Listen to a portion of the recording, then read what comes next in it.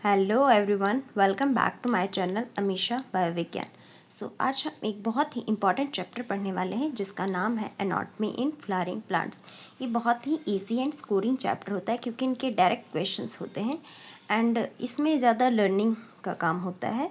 तो इसमें कॉन्सेप्ट ऐसा नहीं होता, लेकिन इसमें लर्न कर लो तो आपके 2-3 क्वेश्चंस डायरेक्ट निकल जाते हैं। तो इसमें हम फटाफट इसका क्विक वन शॉट करते हैं।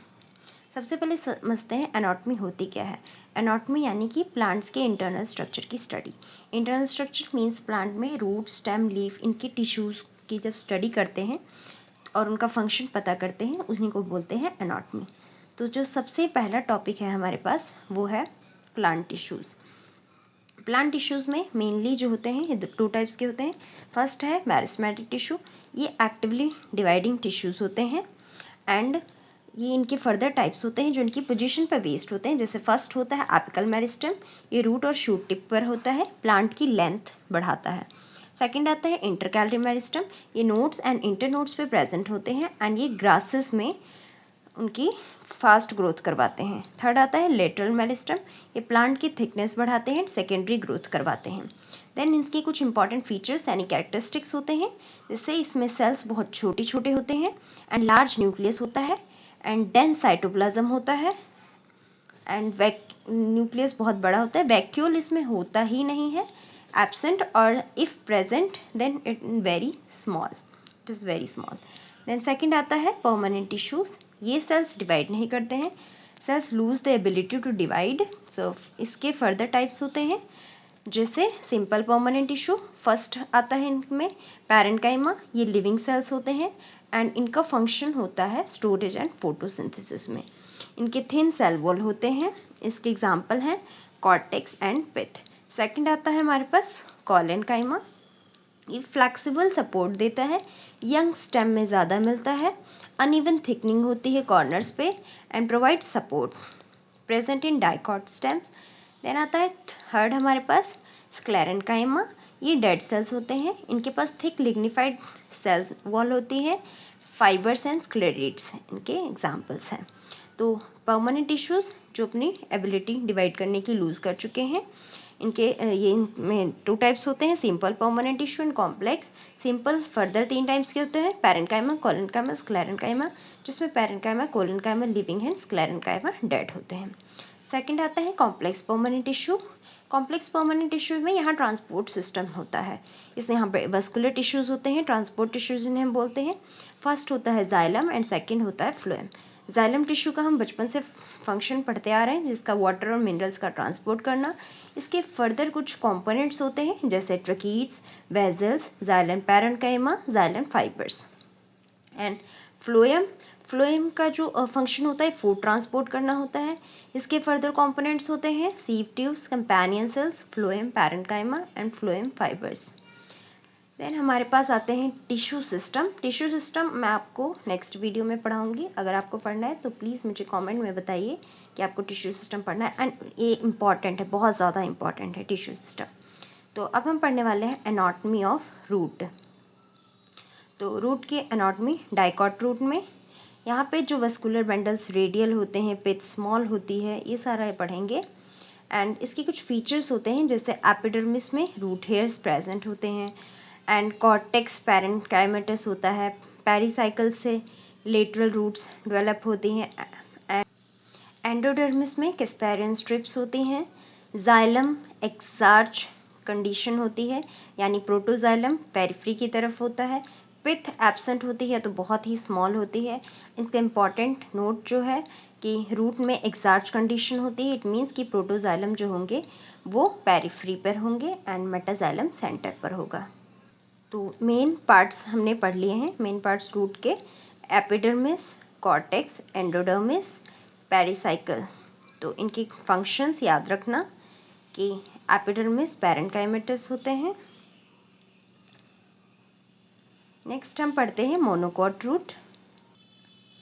मोनोकॉट रूट में बहुत ज़्यादा जाइलम बंडल्स होते हैं, इसीलिए इस कंडीशन को हम पॉलीआर्क कंडीशन बोलते हैं। इसमें पिथ बहुत बड़ी होती है, इसमें कोई सेकेंडरी ग्रोथ नहीं होती है। देन हम आते हैं एनाटॉमी ऑफ स्टेम में। सबसे पहले डाइकॉट स्टेम का पढ़ेंगे, जैसे हमने डाइकॉट रूट का पढ़ा था। तो डाइकॉट स्टेम में वस्कुलर बंडल्स जो होते हैं वो रिंग में अरेंज होते हैं, वस्कुलर बंडल यानी जाइलम फ्लोएम, एंड इसमें ओपन वस्कुलर बंडल्स होते हैं। कैम्बियम प्रेजेंट होता है, अगर कैम्बियम है प्रेजेंट तो फिर सेकेंडरी ग्रोथ ज़रूर होगी, यानी इसमें जो कॉर्टेक्स एंड पिथ होते हैं वो डिस्टिंक्ट होते हैं। तो इसके कंपैरिजन एंड याद रखना, क्योंकि इससे डायरेक्ट क्वेश्चन मिल जाते हैं कि डाइकॉट स्टेम में वस्कुलर बंडल्स की अरेंजमेंट कैसी होती है एंड मोनोकोट स्टेम में कैसी होती है, डाइकॉट रूट में कौन सी कंडीशन होती है, एक्सर्ट या एंडार्क, एंड मोनोकोट स्टेम में कैसी होती है। तो ये याद रखना आपको, ये ज़्यादा इसीलिए बोला था ये लर्निंग का ज़्यादा है। देन हमारे पास आता है मोनोकोट स्टेम। तो मोनोकोट स्टेम में जो वस्कुलर बंडल्स होते हैं वो स्कैटर्ड होते हैं। तो आपसे पूछ सकते हैं dicot stem and monocot stem के डिफरेंस, जैसे उसमें रिंग में अरेंज थे डाइकॉट स्टेम में, मोनोकोट स्टेम में कैसे हैं, स्कैटर्ड हैं।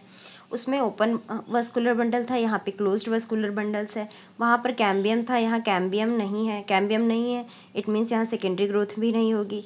यहाँ पर ग्राउंड टिश्यूज जो होते हैं वो डिफ्रेंशिएटेड नहीं है। एंड देन हम आते हैं एनाटॉमी ऑफ लीफ पर। एनाटॉमी ऑफ लीफ में डाइकॉट लीफ का पढ़ेंगे, जो कि डॉर्सीवेंट्रल लीफ, एंड इसमें अपर एंड लोअर सरफेस की जो सरफेस होती है वो डिफरेंट होती है। पैलिसेड मीजोफिल्स प्रेजेंट होते हैं। स्टोमेटा मोस्टली लोअर सरफेस पे होते हैं, example mango and leaf. Then आता है monocot leaf, isobilateral leaf.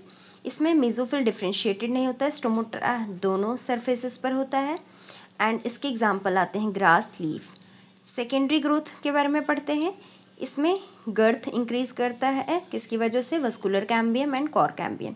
Vascular cambium का एग्जांपल है secondary xylem and phloem. Cork cambium के cork and phelloderm forms periderm. Cork phelloderm मिलकर पेरिडर्म बनाते हैं। सेकेंडरी ग्रोथ मेनली दो लेटरल मेरिस्टम की वजह से होती है, vascular cambium, cork cambium, and इसके एग्जाम्पल्स याद रखना। नेक्स्ट कुछ इंपॉर्टेंट PYQs हैं जिनके आंसर मैंने ग्रीन से दे रखे हैं, तो आप इनको लर्न कर सकते हैं एंड खुद सॉल्व करने की कोशिश करेंगे, चेक करेंगे कि आपने जो सुना है उसके हिसाब से आप कर पा रहे हैं इन क्वेश्चंस को या नहीं।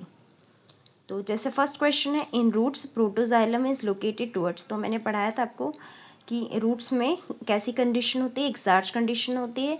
एक्सार्च कंडीशन मीन्स कि प्रोटोजाइलम कहाँ पर होगा, पेरिफेरी पे।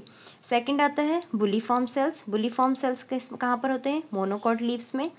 एंड थर्ड आते हैं वस्कुलर बंडल्स। मोनोकोट स्टेम में कैसा होता है, तो वस्कुलर बंडल कैसे होते हैं मोनोकोट स्टेम में, क्लोज्ड एंड स्कैटर्ड होते हैं, क्योंकि इसमें सेकेंडरी ग्रोथ नहीं होती है, एंड ये स्कैटर्ड होते हैं। डाइकॉट स्टेम में अगर आपसे पूछें तो open and arrange in a ring, ये आ जाएगा।